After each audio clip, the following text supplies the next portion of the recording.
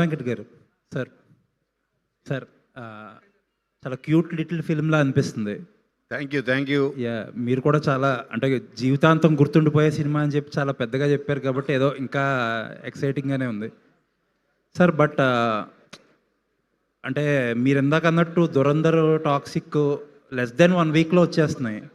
మరి ఇంత చిన్న ఫిలింని అంత పెద్ద వాటి మధ్యలో నలిపేస్తానికి అంటే నా ఉద్దేశం ఏంటంటే ప్రతి సినిమాకి మనకి మన మన ఆడియన్స్ అన్ని రకాల టేస్ట్లు ఆడియన్స్ ఉన్నారు.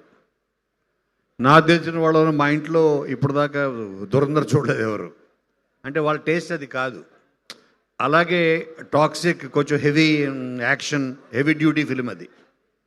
సో దీనికి ఒక special audience plus especially after court వీళ్ళ మీద ఉన్న ఒక ఎక్స్పెక్టేషన్, ఒక టీనేజ్ లవ్ స్టోరీ, దీని స్పేస్ దీనికి ఉంటుందని నమ్మకం. అంటే థియేటర్స్లో స్పేసు లేకపోతే కొంచెం విజిబిలిటీ ఆ ఇష్యూస్ ఉంటాయి కదా సార్, కొంచెం పెద్ద సినిమాలు వచ్చి హడావుడి చేస్తే. అంటే నేను అంటే ఇప్పుడు తర్వాత ఫంక్షన్లు చెప్తాను. బట్ ది బెస్ట్ అంటే 2 స్టేట్సే కాదు, entire world over the best distributors వెళ్తాను నేను. ది బెస్ట్, ఇంకా ఆడకని మించిన ఉండరు. ప్రతి జిల్లా, ప్రతి ఏరియా ది బెస్ట్తోనే వెళ్తున్నాం. All the best sir. Thank you. Roshan sir, so అంటే కోర్టు ఒక బ్లాక్ బస్టర్ హిట్ తర్వాత ఇప్పుడు మళ్ళీ బ్యాండ్ మేళం కదా, అంటే ప్రజలు ఏమన్నా ఫీల్ అవుతున్నావా? అంటే కోన గారు మాట్లాడిన మాటలు ఏంటంటే ఇట్ ఆల్రెడీ బ్లాక్ బస్టర్ అయిపోయిందన్న ఒక ఫీల్ కలుగుతుంది కదా. సో ఎక్స్పెక్టేషన్స్ నీ మీద ఏమన్నా ప్రెజర్ పెంచుతున్నాయా? అలా ఏం లేదు సార్, కథను నమ్ముకున్నాను సార్, దాన్ని చాలా బాగా షూట్ చేసాం, చాలా బాగా వచ్చిందన్న నమ్మకంతో సార్ మాట్లాడుతున్నారు, అదే నమ్మకంతో ఉన్నాం సార్ అందరం. కోన గారు సార్, అంటే మీరు ఫస్ట్ కథ ఫిక్స్ అయ్యి డైరెక్టర్ చెప్పిన కథ ఫిక్స్ అయిన తర్వాత అంటే నిన్ను కోరి ఇలాంటి వైబ్ వచ్చింది అన్నారు కదా. ఇప్పుడు ఆర్టిస్టులు రోషన్ అండ్ శ్రీదేవి అన్నారు, వీళ్ళు లేకపోతే సినిమా చేయనన్నారు కదా. అంటే కథలో అంత పొటెన్షియాలిటీ ఉన్నప్పుడు ఈ ఆర్టిస్టులు వీళ్ళైతే తప్ప సినిమా చేయనంటానికి అంటే అంత 1 సినిమా అప్పుడప్పుడే గ్రో అవుతున్న ఆర్టిస్టులు కదా, వాళ్ళకి అంత మాట ఎలా అనగలిగారు? అంటే నాకు ఈ కోర్ట్ సినిమా చూసిన తర్వాత వీళ్ళ పొటెన్షియాలిటీ అర్థమైంది. ఒక్క సీన్ చాలు, మీ నమ్మరు. అందరికి సత్య సినిమా నా first movie like as writer. సత్యలో బీకు మాత్రమే చేశాడు మనోజ్ వాజ్పేయి. అతను కళ్ళు మామ్ కాదు, బీకు మాత్రమే చేసిన మనోజ్ వాజ్పేయి. అతను బ్యాండిట్ క్వీన్లో 100 మంది బ్యాండిట్లో ఒక బ్యాండిట్గా ఉంటాడు. ఒక సీన్ తోటి అతని పొటెన్షియాలిటీ అర్థమయ్యి తర్వాత అతను దౌడ్లో కూడా ఉంటాడు. చాలామంది తెలియదు, దౌడ్లో కూడా పరేశ్వరరావు వెనకాల గూన్స్లో ఉంటాడు, వన్ ఆఫ్ ద గూన్. అది చూసి ఇతని టాలెంట్ ఏదో బాగుందని రాము నాకు యావిడ్లో మరి చూపించాడు. నువ్వు ఇతను చూడు, అందరూ ఒకలా ఉంటారు పరేశ్వరరావు వెనకాల. ఇతను ఒక్కడే సిన్సియర్గా క్యారెక్టర్లో ఇన్వాల్వ్ అయ్యి అలాగా వీళ్ళ కోర్ట్ సినిమా చూసిన తర్వాత, ఎందుకంటే ఇది చాలా పెర్ఫార్మెన్స్ ఓరియంటెడ్ ఫిలిం, చాలా అంత డెప్త్. ఒక టీనేజర్స్ మీద ఇంత డెప్త్ ఉన్న స్టోరీ మన తను రాశాడు సతీష్. ఓహో, అంత పెర్ఫార్మెన్స్ ఇవ్వగలిగిన వాళ్ళు మనం వెతికి పట్టుకొని ఇంపాసిబుల్. మనం ఆల్రెడీ చూస్తున్నాం కాబట్టి కళ్ళ ముందు. వీళ్ళైతే ఈజీ అవుతుంది, తను అనుకున్న కథ నేను ఫీల్ అయిన ఎమోషన్ కన్వే అవుతుందని వీళ్ళు తీసుకోవడం జరిగింది. ఈ మధ్య అంటే మీరు కామెడీ టచ్ ఉన్న సినిమాలు అవి అంటే ఒక కెరీర్ పిక్స్లో ఉన్నప్పుడల్లా ఒక కామెడీ టింజ్ అనేది ఒక కొనసాగుతూ వచ్చింది. సో బ్యాండ్ మేళం అనేది చూస్తుంటే హార్డ్ హిట్టింగ్ అనిపిస్తుంది. మీరు చూపించిన గ్లిమ్స్లోనే అసలు ఆ ఫ్లేవర్ ఎక్కడ కనిపించలేదు. సో కారణం అంటే కంప్లీట్ ఈ టోన్లోనే ఉంటుందా? కాదు. ఈ సినిమా 80% ఫన్నే ఉంటుంది, 20-30% సోల్ ఉంటుంది. సో మీకు ఇది ఫస్ట్ ఇది చూపించడానికి కారణం ఏంటంటే ఫస్ట్ దీని తాలూకా సోల్ అర్థం అవ్వాలి ఫస్ట్ ఆడియన్కి. ఫస్ట్ సోల్ అర్థం అయితే ఫన్ అన్నది 70-80% ఫన్నే ఉంటుంది ఎక్కువ, మీరు అసలు ఫస్ట్ నుంచి ఎండ్ వరకు. But the main concept of the ఫిలింలో భయంకరమైన సోల్ ఉంది, హార్ట్ టచింగ్, హార్ట్ రెంచింగ్. అందుకోసం తీసుకోండి. చాలా ప్రామిసింగ్ ఉంది sir. Good luck. Thank you. Roshan గారు, హాయ్ రోషన్. హలో అండి. All the best first. అయితే ఒక అప్కమింగ్ యాక్టర్కి చాలా బిగ్గెస్ట్ కాంప్లిమెంట్స్ అని చెప్పాలి. త్రివిక్రమ్ గారి దగ్గర నుంచి, అలాగే కోనా వెంకట్ గారి దగ్గర నుంచి, అంటే నాని గారితో కంపేర్ చేస్తున్నారు. సో ఇది ఎంత ఛాలెంజింగ్గా తీసుకుంటారు. అండ్ మోర్ ఓవర్ తెలంగాణ లాంగ్వేజ్ని అంటే ఎంతో పట్టుంటే కానీ అది మాట్లాడలేరు, కొన్నిసార్లు ఫెయిల్ అవుతుంది. అంటే ఇద్దరికి ఈ క్వశ్చన్. సో ఎలా హ్యాండిల్ చేశారు ఇది? సో మీరు అడిగిన ఫస్ట్ క్వశ్చన్కి చాలా గ్రేట్ఫుల్ అండి. సినిమా మీద పిచ్చి, యాక్టింగ్ మీద పిచ్చి, సో అదే సిన్సియర్గా వర్క్ చేస్తూ ఉన్నాను. సో అది రావడం అనేది నేను చాలా గ్రేట్ఫుల్గా ఫీల్ అవుతున్నాను. తెలంగాణ అనేది నాకున్నారండి తెలంగాణ ఫ్రెండ్స్, బట్ అంత ఫ్లూయెంట్గా వచ్చేది కాదు. సతీష్ అన్న చాలా హెల్ప్ చేశాడు నాకు. సో ఆ తెలంగాణ స్లాంగ్ పట్టుకోవడానికి నాకే కాదు, సిరికి కూడా. నాకు కొంచెం ఈజీ అయిందేమో కదన్నా, అట్లనే అంటావా? సరేలే. సో ఫుల్ నేను కాకినాడ సైడ్ కాబట్టి ఫుల్ గోదావరి వస్తుంది నాకు. సో అసలు డబ్బింగ్లో తెలిసింది ఓకే, నేను కొంచెం అయినా చేశాను కదా ఓకే. కొంచెం చాలా కష్టమైంది తెలంగాణ, బట్ సతీష్ గారి వల్ల కొంచెం ఓకే. డైరెక్టర్ గారు నాకు దానికంటే షార్ట్ ఓకే అయిందా లేదా అనేదే నాకు చాలా టెన్షన్. మీరు ఏం క్యారీ చేస్తారండి సినిమా నుంచి? అంటే ఎలా ఉండబోతుంది, అంటే ఆడియన్స్ ఎలా రిసీవ్ చేసుకుంటారు అనుకుంటున్నారు? డెఫినెట్లీ కోర్టులో చూసిన చందు అయితే అసలు కనిపించడు. ఈ యాదగిరి చాలా డిఫరెంట్గా ఉండబోతున్నాడు. అది నేను చాలా స్ట్రాంగ్గా చెప్పాలనుకుంటున్నాను కూడా. Yeah, thank you so much. Roshan sir. ఇక్కడ సార్. కోర్టు సినిమా మీ ఇద్దరు కాంబినేషన్ ఒక పెద్ద బ్లాక్ బస్టర్ హిట్ కదా సార్. మళ్ళీ ఇద్దరు కాంబినేషన్ రిపీట్ అవుతుంది, ఎలా అనిపిస్తుంది? మీ పైన ఏమైనా ఒత్తిడి ఉందా? అంతకంటే పెద్ద బ్లాక్ బస్టర్ హిట్ కొట్టాలి కదా.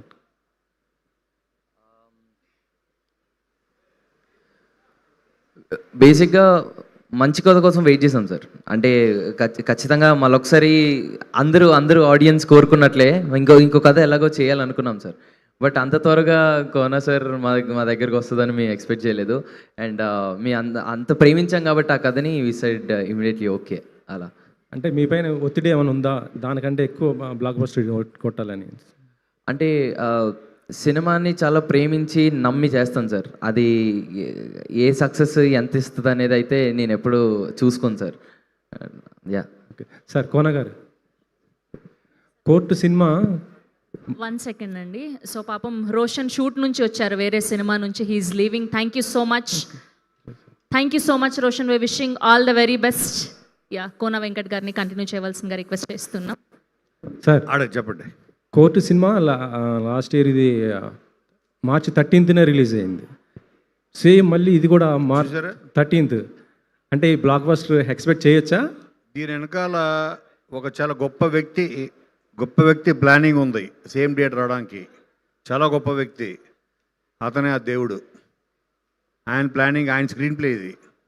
ఆయన స్క్రీన్ ప్లే రాశాడు, మేము రాసింది దానికన్నా అదే డేట్ వచ్చింది చూడండి. అసలు మేము అనుకోలేదు.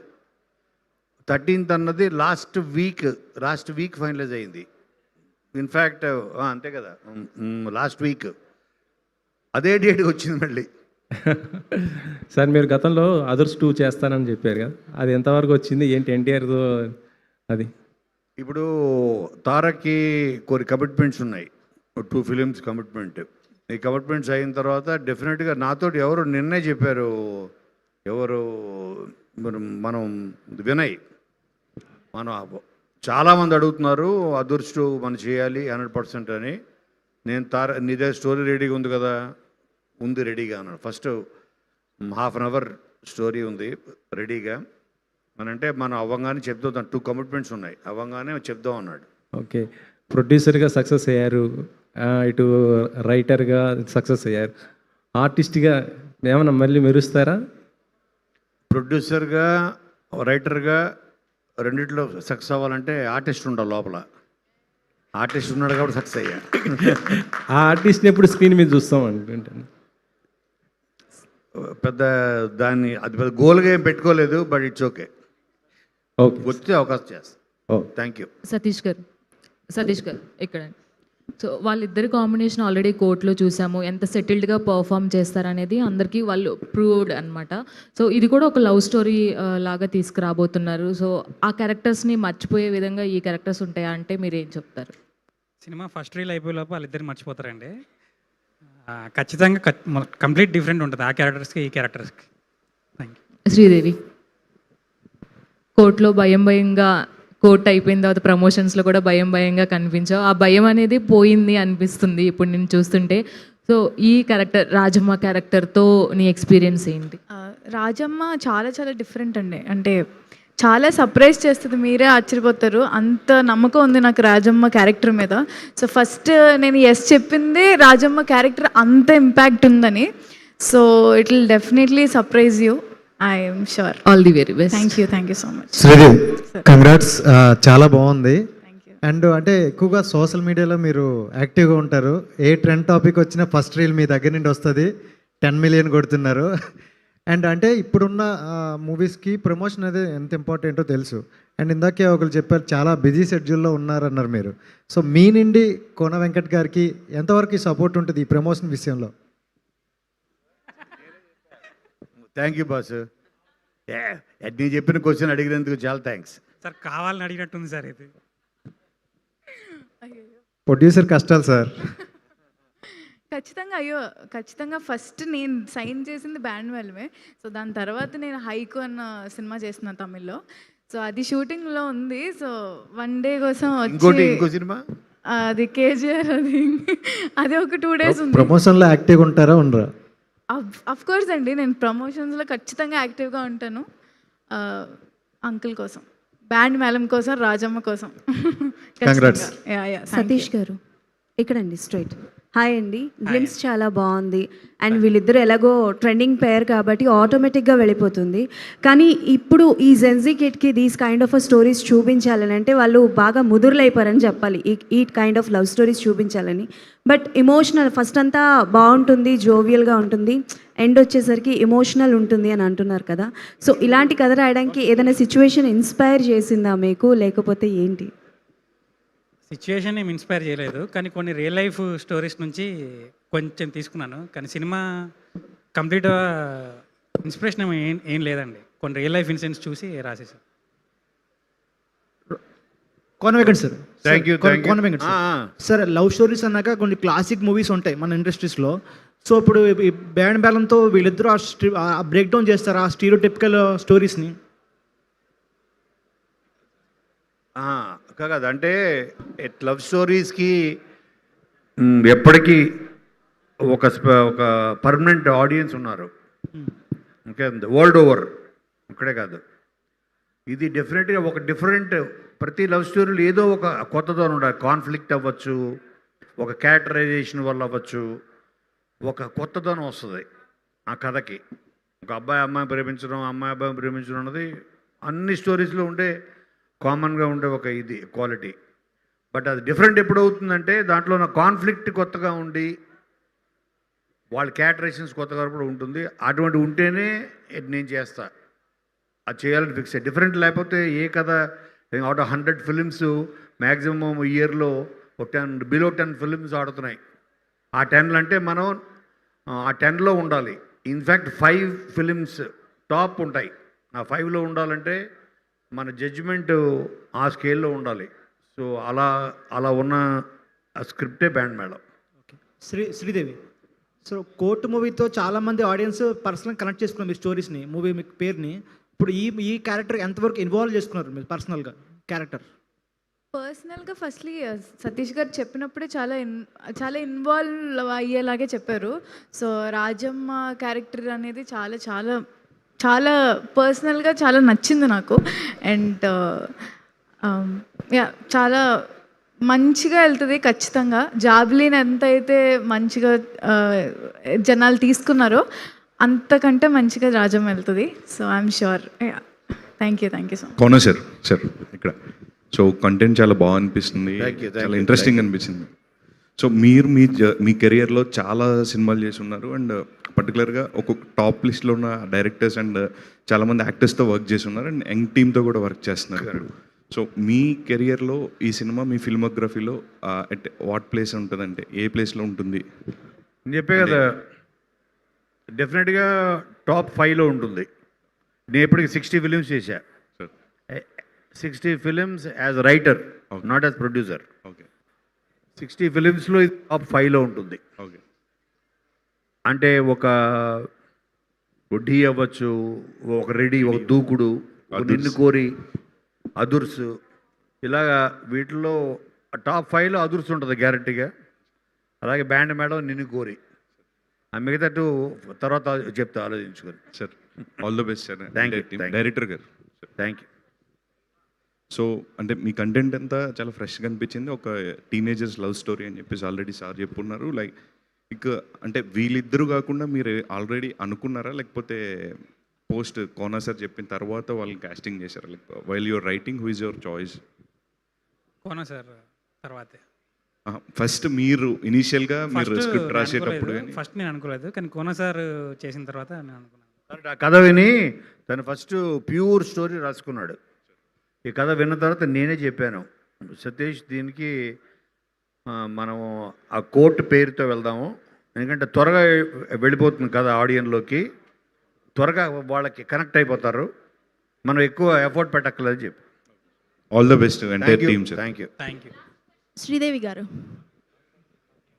సో అంటే కోర్టు మూవీలో కూడా మీరు లవ్ క్యారెక్టర్ అంటే లవ్ బేస్డ్ జోనర్లోనే యాక్ట్ చేశారు, అండ్ బ్యాండ్ బెలం కూడా లవ్ జోనరే. సో మీ ఫేవరెట్ జోనర్ ఏంటి? ఫ్యూచర్లో మీరు యాక్ట్ చేయాలనుకుంటున్న మీ డ్రీమ్ జోనర్?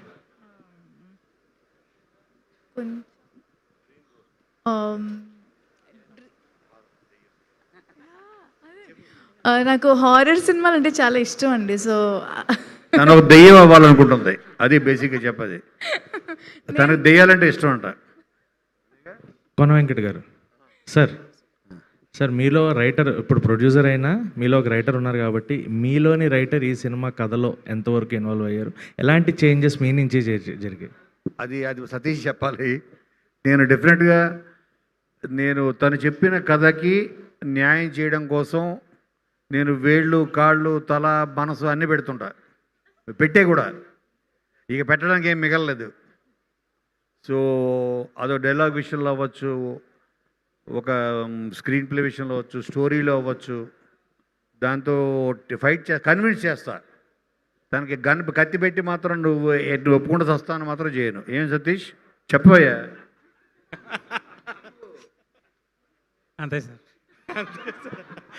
విజయ్ గారు, సార్ మీ లవ్ సాంగ్స్ అంటే విజయ్ బుల్గనేని గారు అనే ఒక మార్క్ పడిపోయింది, బట్ విజయ్ బుల్గనేని గారి నుంచి మేము ఒక మాస్ కమర్షియల్ ఫిలిం ఎప్పుడు ఎక్స్పెక్ట్ చేయొచ్చు?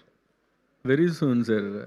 సార్ అండర్లోనే ఇంకొక మూవీ జరుగుతుంది, దానికి డెఫినెట్లీ ఒక మాస్ కమర్షియల్ సాంగ్స్ డెఫినెట్లీ దాంట్లో ఉంటాయి. శ్రీదేవి గారు, last question please. Congratulations. And అంటే లైక్ మీరు చేసిన సినిమాస్ అన్నీ కూడా ఆల్మోస్ట్ చూసుకుంటే కథ మీ చుట్టే తిరుగుతూ ఉంటుంది. Like you are the main core of the movie అని చెప్పచ్చు. బట్ నాకు తెలిసి మీ వయసుకు తగ్గ, అంటే మీ వయసు కన్నా ఎక్కువ బరువు బాధ్యతలే సినిమా వైపు మోస్తున్నారని అనిపిస్తుంది. సో ఈ సినిమా వరకు ఒక క్యారెక్టర్ని మీకు ఎక్స్ప్లెయిన్ చేస్తున్నప్పుడు మీ క్యారెక్టర్ని కొంచెం ప్రెషర్ ఫీల్ అయ్యారా, టెన్షన్ ఫీల్ అయ్యారా, లైక్ ఎలా? అస్సలు అలా ఏం ఫీల్ అవ్వలేదండి. ప్రెషర్, టెన్షన్స్ అస్సలు ఏం లేవు. ఎందుకంటే రాజం ఈజ్ డైలీ ఒక గోయింగ్ గర్ల్, ఒక ఇంట్లో ఒక అమ్మాయి, అలానే జాబిలి కూడా అలానే ఉంటుంది. జాబిలి నేను తీసుకున్న ప్రతి క్యారెక్టర్ కూడా అలా ఇంట్లో ఒక అమ్మాయి, సింపుల్ అమ్మాయి, కాంప్లికేటెడ్. సో ఇది కొంచెం చాలా మెచ్యూర్గా కనిపించాను, అండ్ చాలా మెచ్యూర్గా ఆలోచిస్తాను కూడా ఈ సినిమాలో. సో మంగపతి ఉంటారా అండి ఇందులో కూడా? ఇందులో మంగపతి ఏ డిస్టర్బెన్సెస్ లేవండి. Okay, all the best to the whole team. Thank you so much to all the media. Thank you so much. And Satish గారికి, శ్రీదేవికి, అండ్ కోనా వెంకట్ గారికి, విజయ్ గారికి థ్యాంక్